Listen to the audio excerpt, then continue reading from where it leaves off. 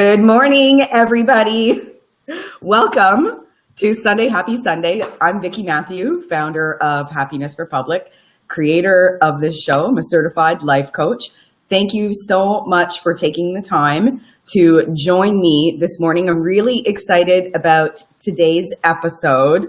I am interviewing a former teacher who struggled a little bit with that and decided to move on, and she has co-founded an organization called While I Still Have Breath, and I can't wait for her to tell you how she got here. Her name is Katie Cleland Busutil, and I'm so excited to have her on. I'm going to introduce her right now. Katie, you are on. Welcome. Hi, thank you. Listen, I want to tell everyone that I am very much into mindset. And a couple of weeks ago, I've had this show, this is like the 9th or 10th episode, and I've had the show for a little while, and I had put it in my mind that I wanted an opportunity. And I didn't really know what kind of opportunity I wanted. And within about 2 hours of me just saying, just bring some kind of opportunity, our friend Esther emails me saying, I don't know, Vicki, if you take solicitations, but I know this girl, Katie, and I think that you should talk to her. And then I met you and I was like, wow, I need to have this girl on my show. Katie, tell us a little bit about yourself. So my name is Katie. I am married to Dave. We live in a tiny little place called Hornby, and I work at the Dam full-time, which is a youth drop-in organization in Mississauga. So I'm a youth worker. And then as part of that, a friend of mine and I, as you said, co-founded While I Still Have Breath, which is this really cool thing that we have started this year and are really excited about moving forward with. I have a dog and 2 cats, and they are my babies. We do lots of hiking and adventuring together whenever I get the chance. That's awesome. That is so awesome. And tell me a little bit about, I want to hear about all this stuff. I want to hear about the Dam. I want to hear about While I Still Have Breath. But let's start from the beginning. You used to be a teacher. Yeah, I did. Yeah, how long were you teaching? Yeah. So growing up, I always loved working with people younger than myself. So when I was younger, I thought that was going to be really young kids. And then as I got older, I thought, maybe that was going to be teenagers. And I grew up in a really small area. And there weren't a lot of organizations around. School was what I knew. And so that was what I saw people doing who loved young people. They were teachers, right? That was what I knew. And I also really love theater and I really love literature. So it made a lot of sense that I would become an English and drama teacher. So right from high school, I did all of my co-op, all of my volunteering, everything was teaching oriented, and went through, university, did a degree in English and drama, and then went to teachers college all this time thinking, I definitely want to be a teacher. I loved all my placements, loved everything I was doing. And as many people know, it's almost impossible to find a job as a teacher right now. So straight out of teachers college, I was recruited to teach in England. So I taught in England for a year. And the principal who hired me is a wonderful man and a wonderful principal. But he was only there for the first couple of months. He was there until Christmas and then was moved to another school. And right. The school completely changed when he left. When he was there, it was very relationally focused and creative and open and just had this wonderful vibe. And with him, that left. And the school became very regimented, very focused on, getting results and marks on paper and all that kind of thing. Yeah. And so not me. Like, I was in it because I loved young people and I loved my subject matter, but I wanted to be there for them, you know, like I wanted to be able to build relationship. And so over the last couple of months that I was at that school, I just felt my love of teaching dwindling with each passing day. It was like I was super anxious all the time. I didn't want to go into work. And then one day, this really cool company called Human Utopia came through to run some assemblies for our students. And my class was a part of it. So I was one of the teachers who was kind of like supervising. And I just fell in love with what they were doing. Bless you. I just fell in love with it. It was so engaging and interactive, and the students really loved the presenters, and they called themselves facilitators. And I really loved that. They weren't speakers who were sitting front and, you know, just preaching at them. It was like this facilitated experience that everyone got to take part in. And I fell in love with it immediately. And I was like, oh my gosh, if I could work with these people, that would just be my dream. Like, that would just be amazing. The dream that I didn't know I had. Right. And so I immediately wrote them an email after the day with them and expressed like how I felt about my current teaching position and what I had seen them doing and how much I wanted to be a part of it. And it just so happened that they were hiring at that time for an adult to come onto the team, because they have a like an intern position thing. So they would bring on a lot of young people, but it was very specific that they were looking for an adult to act as a facilitator. Right. And I was super excited, but also super nervous because there was like a 1 in a million chance. They had so many people applying, and it just so happened that they felt I was a great fit and they really loved me. And so I got the job with them to come back to England the next year. So I went home for the summer, came back and worked with them for a year. And it was just incredible. Like, I learned so much through that experience and fell in love with it. Like, I had never felt like it, you know, that I was doing exactly what I wanted as a teacher, but I did doing this work with Human Utopia. And the things that we experienced were just incredible. Like, going into an inner London school a day after. Like an inner city school? Yeah. So like there was lots of postcode, they call them postcode wars, like gang stuff. And we went into one of the schools like a day after a student nearby had been shot. And so like all the kids were like reacting to this and like needed to talk about it. And we just like, we were always reading the room and reading, you know, where they were at. It wasn't like we have this set agenda that we have to get through and it's all about us. It was like, let's facilitate this conversation then. And so like having this conversation with like 100, 200 students about their experience and what they were feeling. And, you know, it was incredible stuff that we were doing. And I was traveling all over Europe or all over England, going to different schools, like in the north and then in London and like all different demographics. I really loved it. But I only had a 2-year visa to be in England and my visa ran out and I had to come home. And when I came back to Ontario, all I had was my teaching qualification and Human Utopia didn't exist here. So what was I going to do? And I started looking for a teaching job. I was really fortunate to find one. And I took it, and, you know, there were a lot of great things about it. It was in an elementary school, so it was a steep learning curve for me.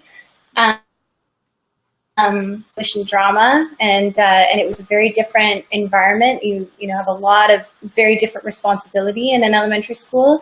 And I was there for 3 years, actually, and as I was there, I realized that the things that I loved the most were the things that were most like what I had done with Human Utopia. So I became the teacher that if someone couldn't deal with a student, they would send them to me. Like I was the one that got the conflict resolution and the kids that were having meltdowns and having panic attacks. I was the one that they sent them to. Well, that's great, because I know a little bit about your personality, and I'll tell you, if I was in a conflict, I'd want to come to you versus like somebody who's like really, really aggressive. Like, you're going to help me communicate through that. Sorry, I didn't mean to interrupt you. No, that's awesome. Thank you.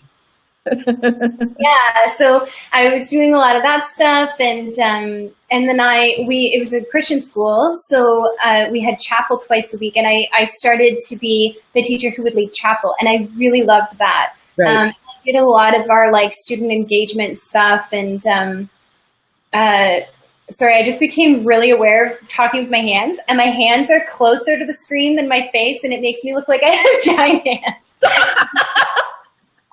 Me too. I did a lot of the student engagement stuff, and like, you know, implemented like student mentorship and peer leadership and things like that.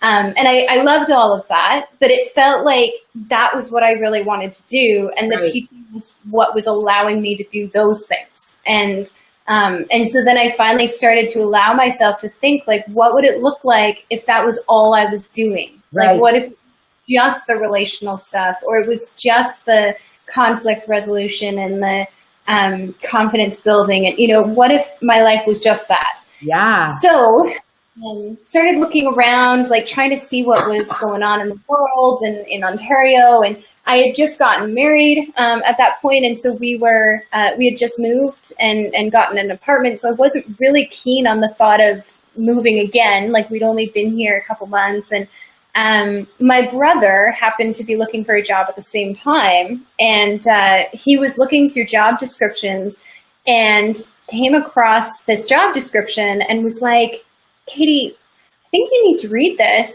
It sounds like they're describing you in this job description." And I was like, "What do you mean, like they're describing me?" And he's like, "All of the qualities, all of the experience, everything that they're looking for is exactly you." And so I came and sat beside him, and we read through the thing, and it was for this place called The Dam. And I'd never heard of it before. And I'm thinking, that's amazing, and that would be so cool. But, like, what are the chances? It's probably downtown Toronto. I'm not interested in commuting. I don't want to move. You know, look it up. Where is it? What was the job description? Oh, good question. So it was for youth and young moms mentor.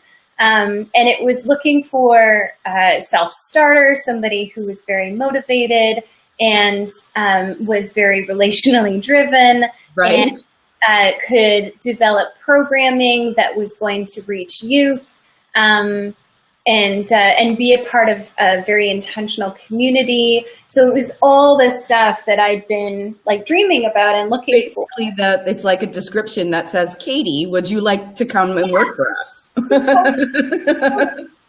So he puts it on Google Calendar or Google Maps, and does like a little comparison of where our apartment is, and of course it's 10 minutes down the road. Awesome. Like 10 minutes down the road, and I was like, what are the chances of that? Like, that's knocked in the face. Insanity. Like, yeah. Yeah. Oh man. So I applied right away. And again, like, it was a similar experience to applying for Communitopia. I'm like, this is a 1 in a million shot kind of thing. Like, they very rarely hire, and you know, it's going to be a fairly sought after position. It's not overly highly paid, but it's very flexible hours, and you know, like, there's going to be a lot of people that are really interested in doing this job. Yeah. And I'm trained as a teacher. I'm not a social worker. I'm not a child and youth worker. I don't have the right education to do what they're asking for. But I had all the experience. So I applied and got an interview, and then went in for a group interview, and it all just fell into place. And so I finished at the school in June. Had a couple of months for the summer to like regroup and kind of figure out where I was going, and then started at the Dam in September, and I've been there since. And so that's been 3 years that I've been at the Dam, and it's been awesome, really amazing, and everything that I had been looking for. I love the flexibility of it, and they're really open to creativity, and I get to develop the programming I want to run, which is where While I Still Have Breath has come out of. Right. And I get to just be with young people all day and, talk to them about how they're doing and where they're at and try to help them along. Well, I want to get in a little bit into like what While I Still Have Breath is and what you guys do. But I want to stop you for a second and ask you, was it easy for you to make that transition between being a teacher, like that sort of structured teacher approach that you'd learned and studied and put all of your time and effort into? And was it easy for you to make that transition from that to doing something that you really love? Yeah, so there was a lot that went with that, of course. Some of the first things that come to mind are that the typical expectation of a teacher is that they are very not very authoritative, but they are at least somewhat authoritative, and that there is this divide. I'm the teacher and you're the student, and there has to be this separation. Right, like hierarchy. Totally. For control. I'm guessing it's for control. Yeah, absolutely. So then, you develop, or I developed as a teacher, this teacher voice and this teacher persona. And, I was always the fun teacher for sure. I was probably the least authoritative of the teachers at any school I was in. Right. But I still had that a little bit. And so I'd find myself being in the drop-in in the first couple of months and constantly having to rewire my brain to not be annoyed by noise or chaos or, playfulness, right? There isn't anything that needed to be accomplished. We're not trying to get through this fun stuff to get to the real thing and the curriculum and the marks and, there is no thing other than the relationship. And so it's okay that we're being playful, and it's okay that you're, laughing and being loud and doing all these things. And I have to just be all right in the middle of all this chaos and not try to control it. And so that was definitely a transition for me, and still is sometimes. I have to be aware of the fact that I still have a bit of that teacher brain that wants to, really, like you said, be organized and efficient and try to move things along. And there might not be space for that in the moment. So that was definitely a struggle and continues to be sometimes. One of the wonderful things about it was that as a teacher, Sunday night, and every teacher watching will know, Sunday night comes with it this dread. And I hated that. I was why am I dreading the week? I love the young people I'm working with. I love a lot of the stuff that I'm doing. But I know that starting Monday morning very early, I'm going to be put on a hamster wheel, and I've just got to go until Friday, and then I can crash. And there's no there's no other I mean, sometimes you have an EA or a TA, but if you're alone in the classroom and stuff is going down and you're I need a break, I need to tap out, I need something, that's not always available to you. Right. You are on all week, and there's no stopping, and you have stuff to bring home every night, and you've got to constantly be thinking do I have something I need to be marking? Do I have something I need to be planning? And there's no off button for teachers from Monday to Friday.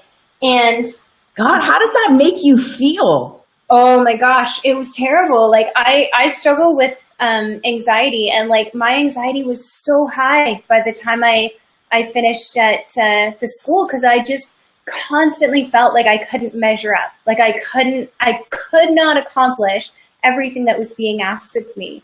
And I think a lot of teachers feel that way. I don't know, maybe I'm generalizing, but I mean, I don't know if you're general, because I don't know a lot of teachers. You know a lot more teachers than I do, but I do know a lot of office workers And I know that Sunday night is stressful night because it's like you're going to, and I just want to say caveat, Sunday night is stressful night. And I think not for everybody. It's for the people who are not fully in love with what they're doing between Monday and Friday.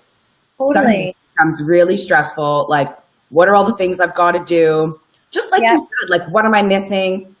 What presentations do I have? What meetings do I have? And just like the stress sort of builds up starting probably at around noon on Sunday. Yep. And then you lose half the day on Sunday, which is so terrible. Totally. But now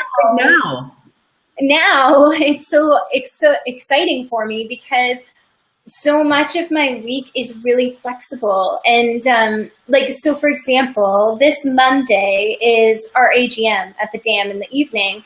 And so I know that I can flex my hours a little bit in the morning. So your annual general meeting is the AGM. Right. Sorry. Yeah. Our annual meeting. So it's like with the board and like supporters and things like that to get together and talk about, all the stuff on paper, like our budget and our whatever. Yeah. So that's later in the evening on Monday night. So it's understood at the dam, we have something later in the evening. So flex your hours a little bit in the morning. So don't start right away at 9 o'clock in the morning and then work until 9 o'clock in the evening. Flex it out and give yourself some extra time in the morning so that you're not overworked and you're not like overdone. And we do deal with a lot of really tense situations with our youth. And it can be emotionally exhausting, but we have such an incredible team, We're so tight. And there's 3 of us at our one location. And I know without a doubt, like on Friday, I was really tired. I was really done. And we've got great volunteers. And Mike, who actually does While I Still Have Breath with me, he and I were the staff. And I said to him, I was like, Mike, I'm just done. I'm just so done. And he's like, you know what? That's all cool. I've been there. Just chill a little bit. Right. And so I was in drop-in and I was available, but I just sat at a table and chilled. And youth would come and talk to me one-on-one and I was still available and I was still there, but I knew that I had this incredible support to just step back a little bit, and I could trust that he was there and that he was going to, take over where I left off. And that's very true of our team. And that just takes so much pressure off. For sure. And it allows you to be you've got to take care of yourself, Katie, because if if mentally you're not strong, mentally you need to take a break, then what kind of good are you to somebody else when you go to them when you're in that state? So you do take that. So it's really great that you have the kind of job that gives you an opportunity to stop, because just like you said, when you're in the classroom, it's just you. When it's on and you have to go, there's no break. Totally. So, excuse me. Tell us a little bit about what you guys do at the dam. What is the dam? Yeah, it's a youth drop-in primarily. So we have we have 2 spaces. We have one in Meadowvale and one in Cooksville. And it's just open after school for young people to drop in. So 13 to 19-year-olds from our location is 2:30 to 4:30. So it's right after school finishes as they're walking home. Okay. They can just pop in and they don't have to sign up and they don't have to pay. And it's just a space for them to hang out in and get to know other people in. Our location in Meadowvale is really neat in that we draw from multiple schools. So we see middle schoolers hanging out with high schoolers, kids from the Catholic school hanging out with kids from the public school, the trade school. They're all together in one place and hanging out and forming this community. And that is our hope, that in coming to us, they're going to get to know each other and get to know us. That's right. And why do the kids need this? It's a good question. I feel that young people often don't have they don't have somewhere where they feel like really belong, right? Like school is so big and it's so generic, and the dam creates this community for them within their neighborhood, where they feel it's like Cheers, like everybody knows your name, right? You walk in and it's safe and it's loving and it's just somewhere that you are fully accepted and that everybody knows you, and there are adults that you can talk to if you need someone to go to, and there's stuff to do too. Like, you know, just when I think about being a young person, it was like everywhere that you wanted to hang out, you had to pay for. And like nobody wants a bunch of young people loitering, right? Like that's such a thing. Everybody hates that.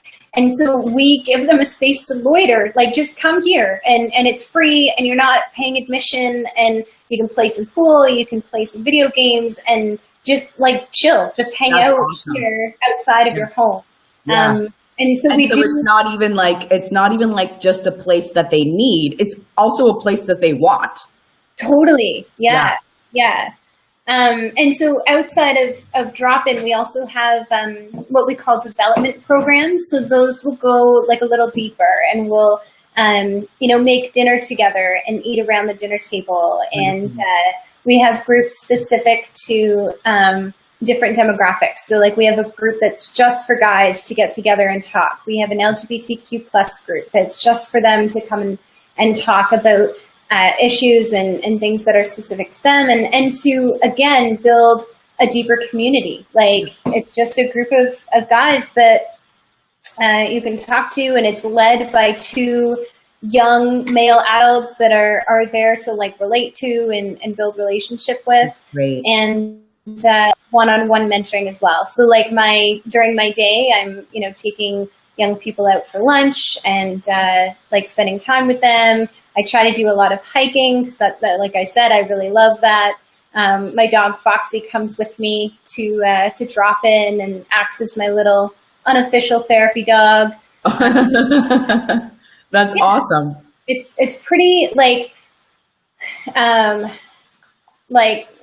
open, I guess. Like it just, it lends itself to if somebody is really passionate about something, like a youth or a staff are really passionate about something, then let's try to make it happen. Let's make a space for that. So that's beautiful. And do you guys, just for everybody who's listening, because there's going to be a few Americans who are listening to this. So the dam is in Mississauga. The two locations are in Mississauga, Ontario, Canada.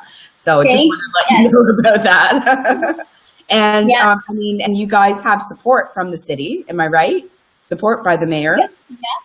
Yeah, so we awesome. Do. We have want to big up Bonnie Crombie supporting. Yeah, absolutely. Mississauga is really great to us. Our counselor in Meadowvale, Pat Sato, has been like absolutely incredible. We've been around, the dam has been around for 20 years.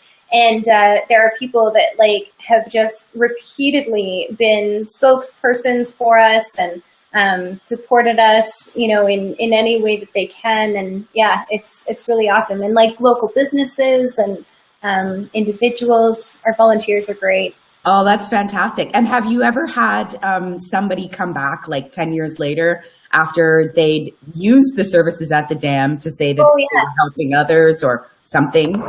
Oh yeah, that happens all the time. And Great. It's really cool because I've only been there 3 years.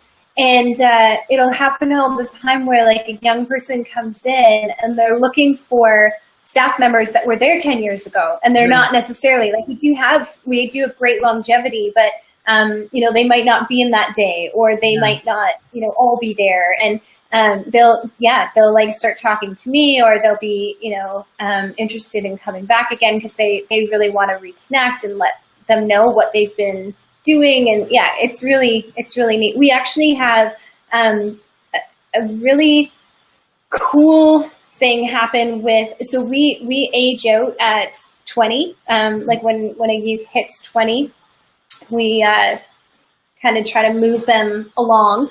And what we have started to see happen a lot recently is young people who then turn around and say, okay, great, I'm too old to be a youth here, but now I want to volunteer. Yeah. So they take a 6-month break and they come back and volunteer in drop-in, and it's just such a cool thing to see that, right? Like, that's exactly what you're saying. This is what I've taken and received from this community, and now I want to give it back. Yeah, that's wonderful. That's so good. That's so good. And like, I remember when you were telling me about this, you were telling me about the dam. I mean, I live in Mississauga.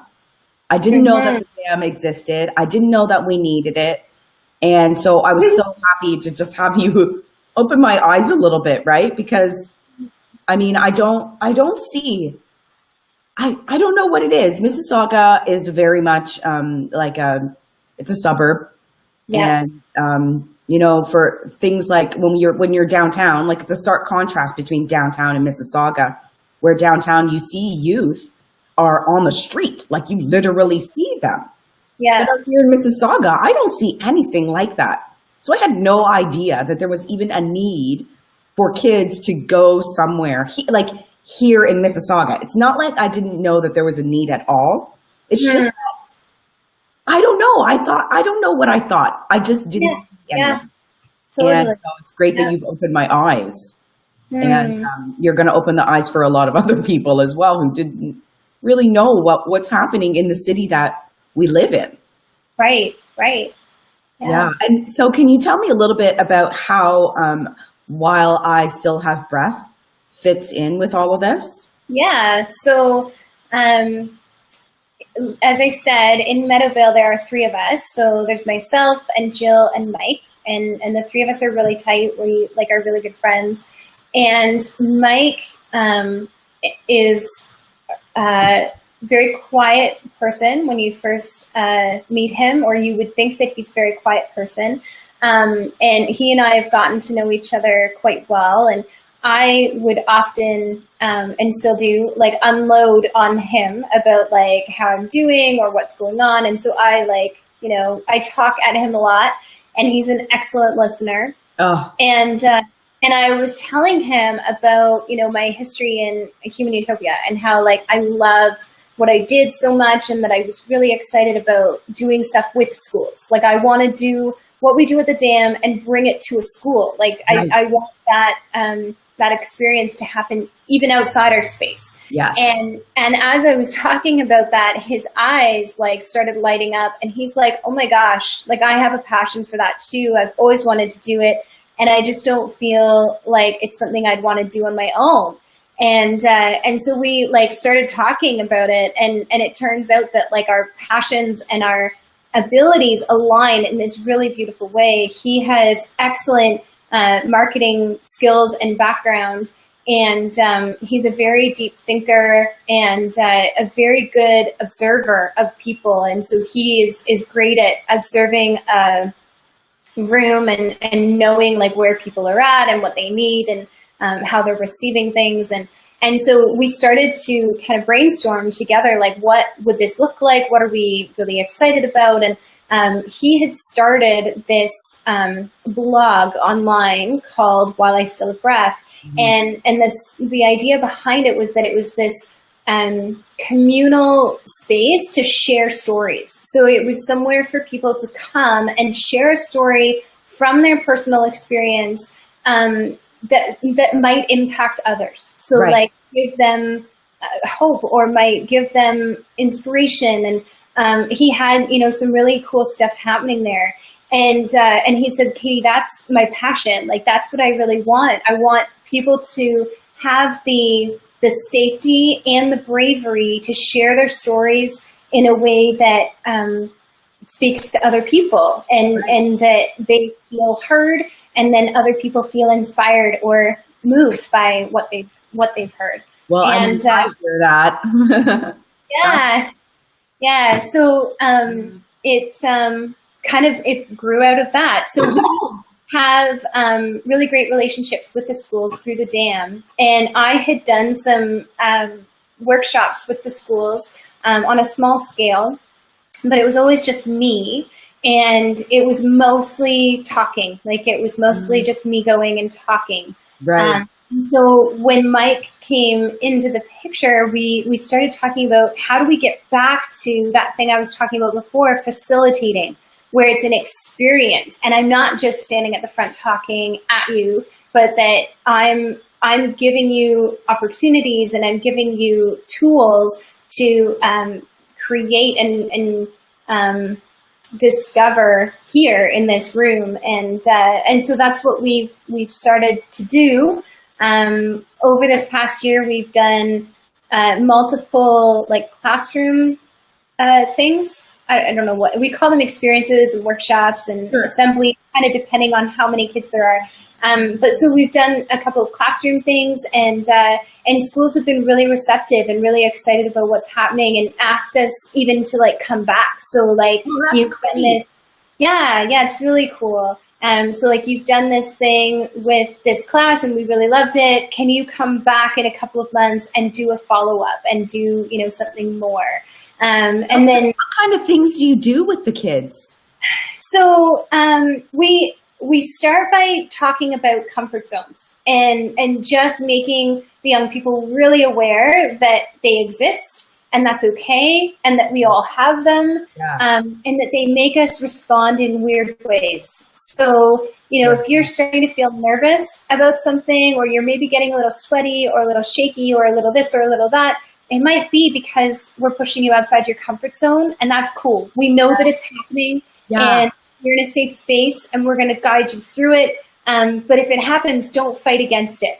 Don't stop. Don't, so that's really key, like that we set it up with that. Teaching people how to be like human and how to feel normal human emotion.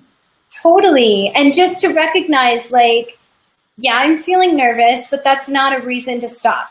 That's just part of growing, right? And we say that, like, when you get outside your comfort zone, that's where the magic happens. Oh my gosh, I love it.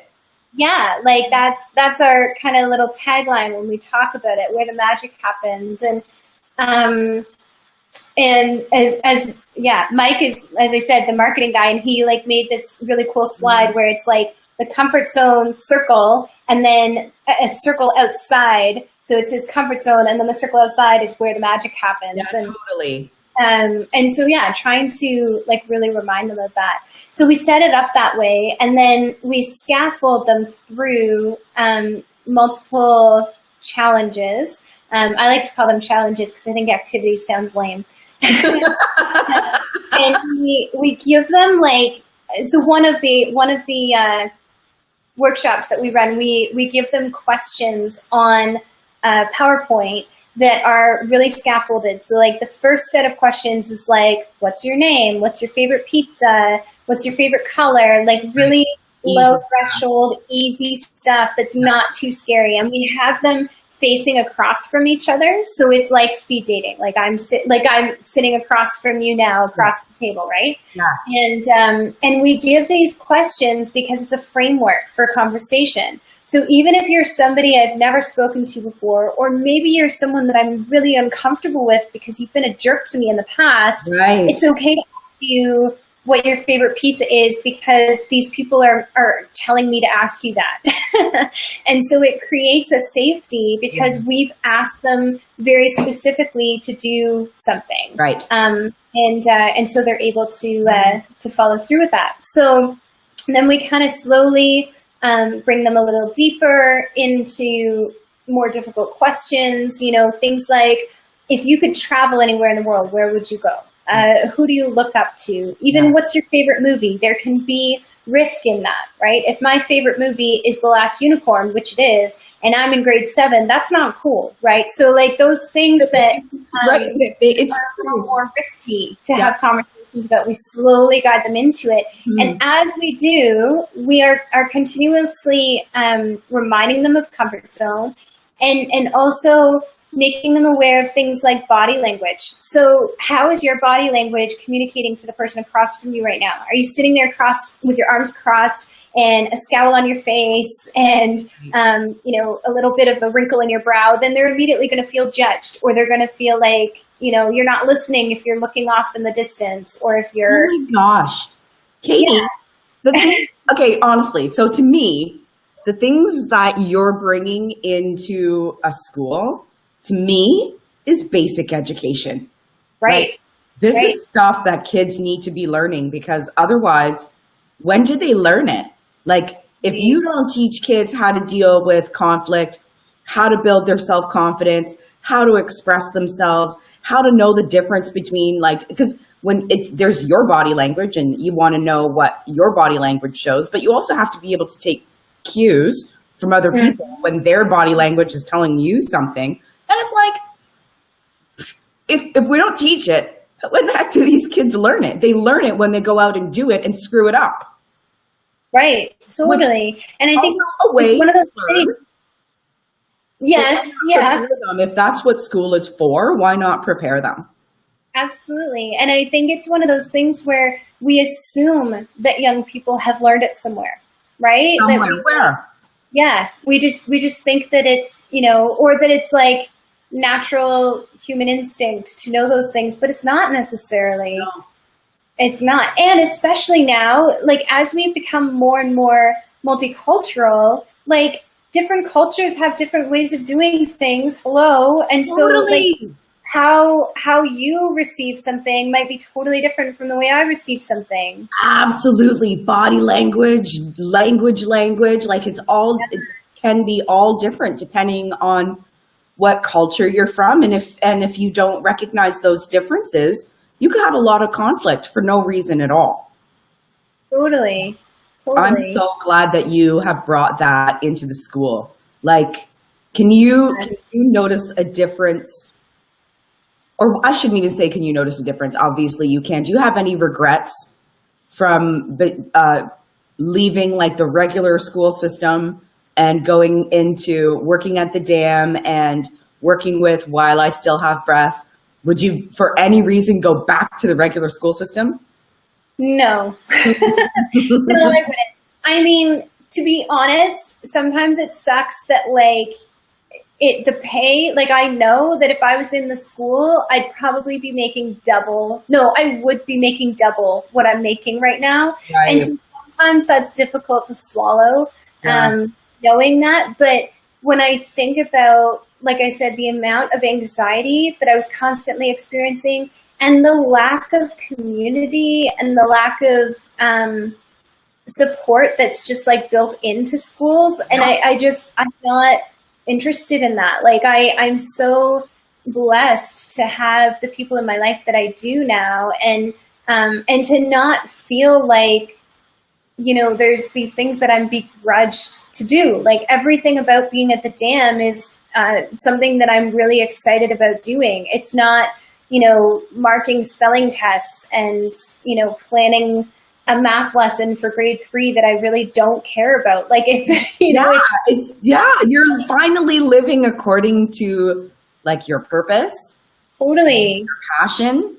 Totally. What advice do you have for other people, women, men, anybody, even, like, teenagers who, they know deep down inside that there's something else that they are meant to be doing, but maybe they were like you, where they spent the years in university, all through university, going all through the co-op, like, to getting toward this one career, and then deciding later that they need to make a change. Like, what kind of advice do you have for people who are scared of making a change? Totally. So, like, one thing I would say is that I don't feel like anything that I did went to waste. I learned and I grew. An English teacher that says growed. I grew. Sorry. I grew so much through all of that, and it brought me to where I am now. And I have such a deep understanding of the school system from having worked in it. And that allows me now to do While I Still Have Breath with so much knowledge and understanding of, what is happening in the school and where young people are at when they're at school. And so, like, I don't regret any of that. Like, I think it's all brought me here to be able to do what I'm doing in the way that I'm doing it. And so just count all of that as part of the growth, as part of the journey.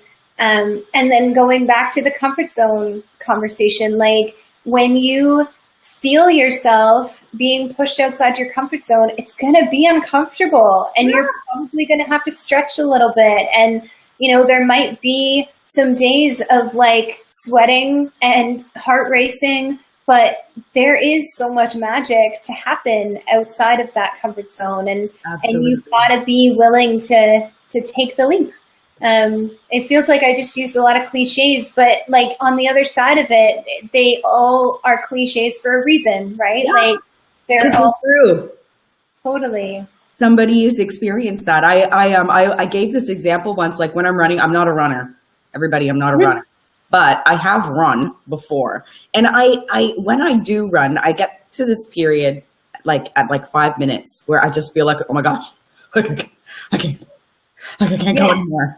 But if you allow yourself to push through that wall, then you can actually, I find that I can actually run forever and ever and ever and ever and ever. It's just like, I have to not stop myself when I feel that pain, because that pain is an indication that there's something on the other side of it. And that sounds like what you're saying too. Like absolutely. A comfort zone. Yeah. You're comfortable in your comfort zone, but you have to get outside of your comfort zone and it's uncomfortable there, but it'll get comfortable. Yeah. Yeah. This is awesome. I loved this. I know that when people watch this, that they're going to be inspired by the teacher who really knew herself inside. At the end of the day, you've always wanted to do something good for somebody else, and you've always been focused on the youth. It just took you a little bit of time to get to where you are right now, but it sounds like you found your place. And you're changing the world. One community at a time, right? When you change the world, it doesn't mean that you have to go out and literally change all 8 billion people at a time. Like, you've started in a community and you're making a difference at the community level. And I just think that it's amazing. Oh, thank you so much. So no, thank you. Thank you so much for coming on the show. If there's anything, do you want to, I want you to big up your program. Where can people get in touch with you? Yeah, absolutely. So if you want to check out the Dam, there's a really great website, thedam.org, and it's DAM, like a beaver dam. And then hold on, I'm going to type it in. DAM.org. Okay, boom. You tell me if you can see that. Nice. Awesome. There it is. And then While I Still Have Breath is whileistillhavebreath.com. Okay. I'm going to put that into when I can. And I'll put a link. Sweet. I love it. Wonderful. We are interested in expanding. We're actually doing like a teacher day, a PA day. And we have done one staff day, like a team building day. So this is something that's for all ages, like it's for adults as well. So if you're listening to what we're talking about and thinking, oh, wow, like my staff team could use that because you can't, right? Then check us out because we're really interested in doing that as well. Yeah, that's beautiful. That's beautiful. So I don't know what the heck is going on with me typing in more things. Oh, here, I can, did you see the dam.org pop up? I did. Yeah, it's there. Oh, okay. Let me go there. While I Still Have Breath. I want people to see. While I Still Have Breath.com? Yeah. Oh my gosh. Let me make sure I got this right. I want to spell it right. Yeah. Boom. Did that pop up? Yeah, there it is. Yeah. Okay, guys, check it out. That's wonderful. Thank you so much, Katie. Thanks for coming. And everybody, check out While I Still Have Breath and thedam.org. Katie, wonderful. Thanks, Vicki. So great to meet you and get to know you. Thanks, Katie. Bye. Everybody. Who doesn't love Katie? I loved Katie from the very first moment that I met Katie, and she's such an inspiration. And I love seeing people who know what they want and go after it. And so that's her. And definitely check out her organization, While I Still Have Breath, and check out thedam.org, especially if you are in Ontario. Everybody, if you like this happiness stuff, like my fan page, Happiness for Public. if you are a girl boss or a wannabe girl boss and you know that you want to do something meaningful with your life, you're just not really sure what that is yet, I invite you to join my private Facebook group, Lips, Live Your Purpose Sister, and get in on the conversation. What else? Hey, I'm on Instagram. So if you want to just get motivational quotes basically every single day that are unique, that are designed by me, join. What do you say for Instagram? Like me on Instagram? Follow me. Follow me on Instagram. I'm Happiness Vicky. That is it for today. Thank you so much, everybody, for joining, and I will see you next time.